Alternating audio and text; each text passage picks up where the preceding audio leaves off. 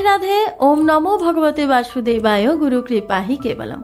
श्री श्री गुरुदेवेर आशीर्वाद निये, श्री श्री राधारानीर आशीर्वाद निये आज श्रीमद् भगवत गीतार द्वितीय अध्याय 23, 24, 25 এই তিনটি শ্লোক ব্যাখ্যা সহ পড়ে শোনাচ্ছি। জয় রাধা বল্লভ, শ্রীহরিবংশ। প্রথমে দৃষ্টান্ত রূপে শরীরীর অর্থাৎ জীবাত্মার নির্বিকারত্বের বর্ণনা করে এবার পরবর্তী তিনটি শ্লোকে তারই প্রকারান্তের বর্ণনা করা হয়েছে। নৈন্যং ছিদ্যন্তি শাস্ত্রাণি নৈন্যং দহতি পাবক ন চৈন্যং ক্লেদয়ন্তাপ ন শোষয়তি মারুত। অর্থাৎ শস্ত্র দ্বারা এই শরীরকে ছেদন করা যায় না, অগ্নি একে দহন করতে পারে না, আবার জল একে সিক্ত করতেও পারে না এবং বায়ু একে শুষ্ক করতেও পারে না। শস্ত্র যত প্রকারের আছে তা সবই পৃথিবী তত্ত্ব দ্বারা উৎপন্ন হয়। এই পৃথিবী তত্ত্ব জীবাত্মার কোনো প্রকার বিকার ঘটাতে সক্ষম হয় না। শুধু তাই নয়, পৃথিবী তত্ত্ব শরীর পর্যন্ত অর্থাৎ জীবাত্মা পর্যন্ত পৌঁছাতে পারে না। নৈন্যং দহতি পাবক অর্থাৎ অগ্নি শরীরকে পোড়াতে পারে না, কারণ অগ্নির পক্ষে শরীরের কাছে, শরীরই অর্থাৎ জীবাত্মার কাছে যাওয়া সম্ভবই নয়। ওই পর্যন্ত যখন পৌঁছাতেই পারে না, তখন তার দ্বারা জ্বালানো কেমন করে সম্ভব? অর্থাৎ অগ্নিতত্ত্ব এই জীবাত্মায় কোনো প্রকার বিকার ঘটাতে পারে না। জল একে সিক্ত করতে পারে না, কারণ জলও তার কাছে পৌঁছাতে পারে না। অর্থাৎ জল তত্ত্ব এই জীবাত্মায় কোনো বিকার ঘটাতে সক্ষম নয়। জীবাত্মা বায়ুর দ্বারা শুষ্ক হয় না, অর্থাৎ বায়ুর এই জীবাত্মাকে শুষ্ক করার কোনো সামর্থ্য নেই, কারণ বায়ু সেখানে পৌঁছাতেই পারে না। অর্থাৎ বায়ু তত্ত্ব এই জীবাত্মার কোনো বিকৃতি ঘটাতে সক্ষম হয় না। ক্ষিতি, জল, অগ্নি, বায়ু, আকাশ এগুলিকে পঞ্চমহাভূত বলা হয়। ভগবান এর মধ্যে 4টি মহাভূতের কথা বলেছেন, ক্ষিতি, জল, অগ্নি, বায়ু। এই জীবাত্মার কোনো প্রকার বিকৃতি করতে এরা সক্ষম নয়। কিন্তু তিনি পঞ্চম মহাভূত বোম বা আকাশ সম্বন্ধে কোনো আলোচনা করেননি। কারণ হলো আকাশের ক্রিয়া সংগঠিত করার কোনো শক্তিই নেই। ক্রিয়া অর্থাৎ বিকৃত করার শক্তি এই 4টি মহাভূতেরই শুধু আছে। আকাশ এই সবগুলির উৎস মাত্র হয়। ক্ষিতি, জল, অগ্নি, বায়ু এই 4টি তত্ত্ব আকাশ হতেই উৎপন্ন, কিন্তু এইগুলি নিজ কারণভূত। আকাশে কোনো প্রকার বিকার উৎপন্ন করতে সক্ষম হয় না।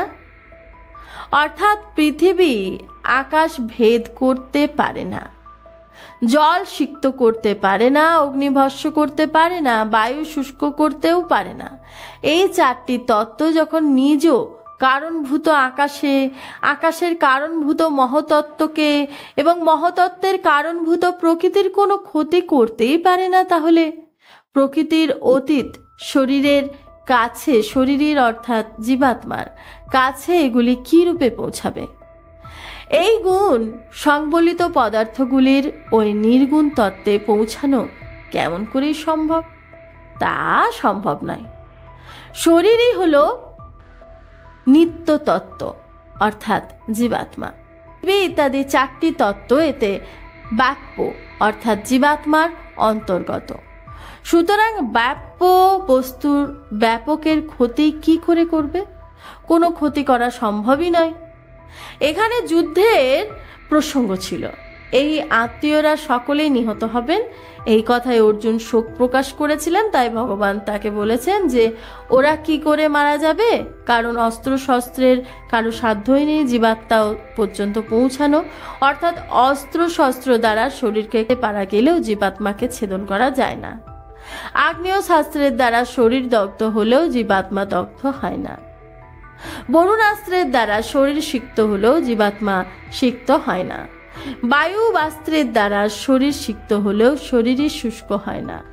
তাৎপর্য হচ্ছে এই যে অস্ত্রশস্ত্রের দ্বারা শরীর মৃত্যু হলেও জীবাত্মা কিন্তু মরে না। বরং যেমনকার তেমনই নির্বিকারই থাকে। সুতরাং এটি নিয়ে শোক করা অর্জুনের পক্ষে অত্যন্তই অবুঝের কাজ। আমরা বলে থাকি শরীর আছে, এতই পরিবর্তন শরীরের হয়, আছে জীবাত্মাতে হয় না। যেমন কাঠ আছে তাই বিকৃতি কাঠে আসে, তা আছে তে কিন্তু নয়। কাঠ কাটা হয়, আছে কে কাটা যায় না। কাঠ জ্বালানো হয়, আছে একে জ্বালানো যায় না। কাঠ ভিজে যায়, আছে ভিজে না। কাঠ শুকিয়ে যায়, আছে শুকনো হয় না। কাঠ শুকনো এইভাবেই থাকে না, কিন্তু আছে এর কোনো ভিন্ন রূপও হয় না। অচ্ছেদ্য ময়াহ হয় মক্লেদয় শস্য এবচ নিত্য সর্বগত স্থানুর চল হয়ং সনাতন। অর্থাৎ জীবাত্মাকে খণ্ড করা যায় না, দগ্ধ করা যায় না, সিক্ত করা যায় না এবং শুষ্কও করা যায় না। কারণ জীবাত্মা নিত্য, সর্বব্যাপী, অচল, স্থির স্বভাব সম্পন্ন এবং অনাদি। শাস্ত্রাদি এই জীবাত্মার কোনো বিকৃতি কেন হতে পারে না, এই শ্লোকে সেই কথাটি বলা হয়। শাস্ত্র দ্বারা এই জীবাত্মাকে ভেদ করা যায় না, তার মানে এই নয় যে শাস্ত্রের ছেদন ক্ষমতা সীমিত বা শস্ত্র চালনার যোগ্য ব্যক্তির অভাব। প্রকৃত ব্যাপার হলো এই যে ভেদরূপ ক্রিয়া শরীরেতে কার্য হয় না, এটি তাই ছেদন হওয়ারই যোগ্য। শাস্ত্রাদি ভিন্ন কোনো মন্ত্র, অভিশাপ ইত্যাদি দ্বারাও জীবাত্মাকে আঘাত করা যায় না। যাজ্ঞবল্কের প্রশ্নের উত্তর না দিতে পারায় তার অভিশাপ যেমন শাকল্যর মস্তক দেহচ্যুত করে দিয়েছিল, অর্থাৎ বৃহদাকরণ্য, এইভাবেই মন্ত্র অথবা বাক্যের দ্বারাও দেহকে কাটা যেতে পারে, কিন্তু দেহি সর্বতভাবে অচ্ছেদ্য।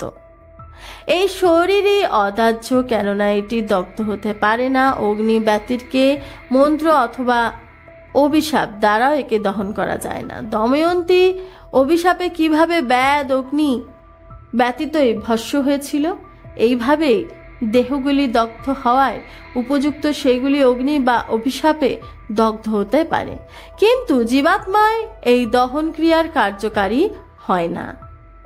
জীবাত্মা সিক্ত হওয়ার উপযুক্ত নয়, অর্থাৎ এটি সিক্ত হওয়ার অবস্থার অতীত। জল, মন্ত্র, অভিশাপ, ওষুধ ইত্যাদি দ্বারা এটি সিক্ত হতে পারে না। যেমন শোনা যায় যে মালকোষ রাগ ঠিকভাবে গীত হলে পাথর পর্যন্ত সিক্ত হয়। চন্দ্রকান্ত মণি চন্দ্রের উদয়ে সিক্ত হয়, কিন্তু জীবাত্মা রাগ রাগিনীর দ্বারা সিক্ত হয় না। জীবাত্মা অশস্য, এটি এমন বস্তু নয় যে বায়ু দ্বারা এটি শুষ্ক হবে, কারণ শোষণ ক্রিয়া এটিতে ঘটতে পারে না। বায়ু অথবা মন্ত্র, অভিশাপ, ঔষধি ইত্যাদির দ্বারা জীবাত্মা শুষ্ক হয় না। অগস্ত্য ঋষি যেমন সমুদ্রকে শোষণ করে নিয়েছিলেন, জীবাত্মাকে সেই রূপ নিজ নিজ শক্তিতে শোষণ করতে পারে না। বিনাশের আকাঙ্ক্ষাতে অর্জুন শোক প্রকাশ করেছিলেন, তাই জীবাত্মাকে অবিচ্ছেদ্য, অত্যাজ্য, অক্লেদ্য আর অশস্য রূপে বিশেষণ করে ভগবান এবচ পদের দ্বারা বিশেষ জোর দিয়ে বলেছিলেন যে শরীর তো এই রূপই, অর্থাৎ কোনো ক্রিয়ায় এতে প্রবেশ করতে সক্ষম হয় না। সুতরাং জীবাত্মার জন্য শোক করা প্রশ্নই ওঠে না। জীবাত্মা অর্থাৎ দেহি নিত্য, এটি সর্বদা একইভাবে বিরাজমান। এই সত্তা কোনো কালে ছিল না বা কোনো কালে থাকবে না, বা এমন নয়, এটি সর্বকালে একইভাবে বিরাজমান। এই দেহি বা জীবাত্মা সর্বকালে একই প্রকারের থাকে, তাহলে এটি কোন স্থানে থাকে? তার উত্তরে বলেছেন যে এটি দেহি অর্থাৎ জীবাত্মা সমস্ত ব্যক্তি, বস্তু, শরীর ইত্যাদিতে সমান রূপে বিরাজমান। এটি সর্বগত হলেও কোথাও যাওয়া আসা করে কি করে? এই প্রসঙ্গে বলা হয়েছে যে এটি স্থির স্বভাব সম্পন্ন, অর্থাৎ এটি এখানে ওখানে আসা যাওয়া করে না। এটি স্থির স্বভাব সম্পন্ন, কোথাও যাতায়াত করে না। সে কথা ঠিক, তাহলে এতে কম্পন তো হয়। বৃক্ষ যেমন একই স্থানে থাকে, তার যাওয়া আসা নেই, কিন্তু এক স্থানে থেকেও বৃক্ষ দোলা খায়, নড়ে চড়ে। যেমন জীবাত্মাকে কি নড়াচড়া ক্রিয়া হয়? তার উত্তরে বলেছেন যে জীবাত্মা স্থাণু, অর্থাৎ এর মধ্যে কোনরূপ স্পন্দন ক্রিয়া নেই। জীবাত্মা অচল স্থাণু, সে কথাটি ঠিক হলেও এটি কখনো জন্ম নিয়েছে, কোন সময় জন্ম নিয়েছে? এর উত্তর হয়েছে যে এটি সনাতন, অনাদি ও সর্বকালের থেকেই আছে। এটি যে কখনো ছিল না বা হতে পারে না এমন নয়। এই জগৎ অনিত্য, এক মুহূর্তে স্থির থাকে না, কিন্তু যা সর্বদা বিরাজমান, যার কখনো বিন্দুমাত্র পরিবর্তন হয় না, সেই জীবাত্মার দিকে লক্ষ্য করবার জন্যই নিত্য পদটির তাৎপর্য।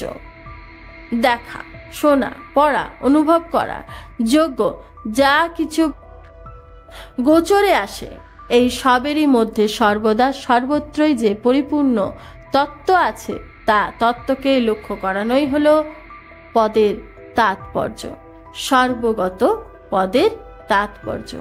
এই জগতে যা কিছু বস্তু, ব্যক্তি, পদার্থ ইত্যাদি আছে, তা সবই গতিশীল।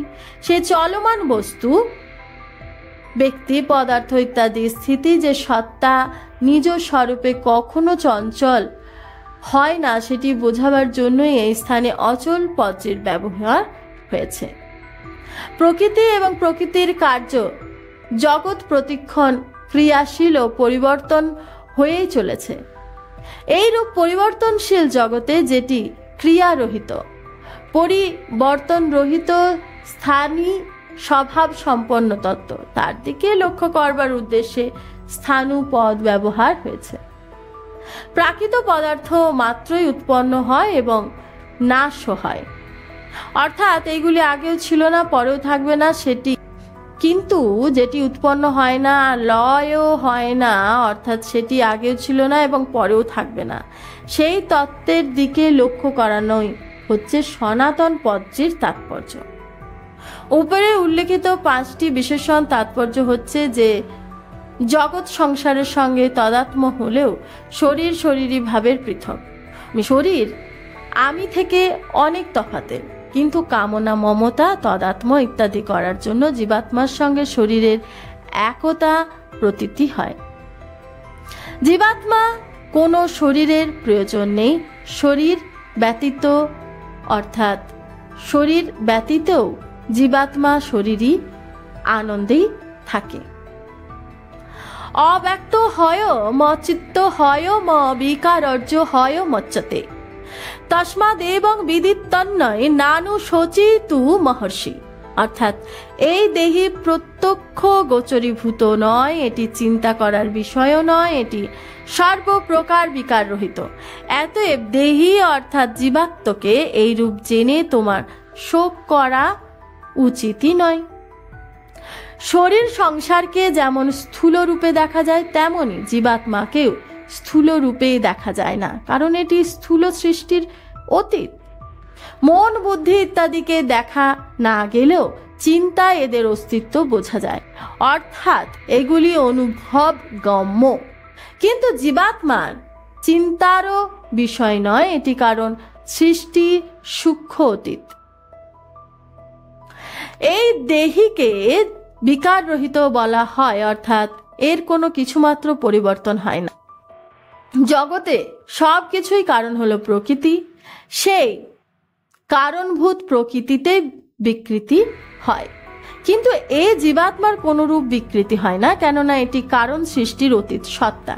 এখানে 24-25 শ্লোকে অছেদ্য, অধ্যাহ্য, অক্লেদ্য, অশস্য, অচল, অব্যক্ত, অচিন্ত এবং অবিকার্য এই 8টি বিশেষণের দ্বারা এই জীবাত্মার নেতিবাচক ধারায় বর্ণনা করা হয়েছে এবং নিত্য, সর্বগত, স্থাণু, সচেতন এই 4টি বিশেষণের দ্বারা দেহির ইতিবাচক বর্ণনা করা হয়েছে, কিন্তু প্রকৃতপক্ষে এর বর্ণনা করা সম্ভব নয়। এর কারণ হচ্ছে এটি বাক্যের অতীত বিষয়। যে উৎস থেকে বাক্যাদি প্রকাশিত হয় সেই জীবাত্মাকে তার দ্বারা প্রকাশ করা সম্ভব নয়, কারণ বিবরণ থেকে জীবাত্মা সম্বন্ধে ধারণা করতেই হবে। তাই এই জীবাত্মাকে অচ্ছেদ্য, অশস্য, নিত্য, সনাতন, অবিকার্য ইত্যাদি রূপে জানা থাকলে বা ধারণ করলে আর শোক হতে পারে না। রাধে রাধে। এই ছিল আজকের শ্লোক, যা এতক্ষণ ধরে পড়ে শোনালাম। সবই শ্রী শ্রী রাধারানীর শ্রীচরণে নিবেদন করছি, শ্রী শ্রী গুরুদেবের কৃপায়। জয় রাধা বল্লভ, শ্রীহরিবংশ।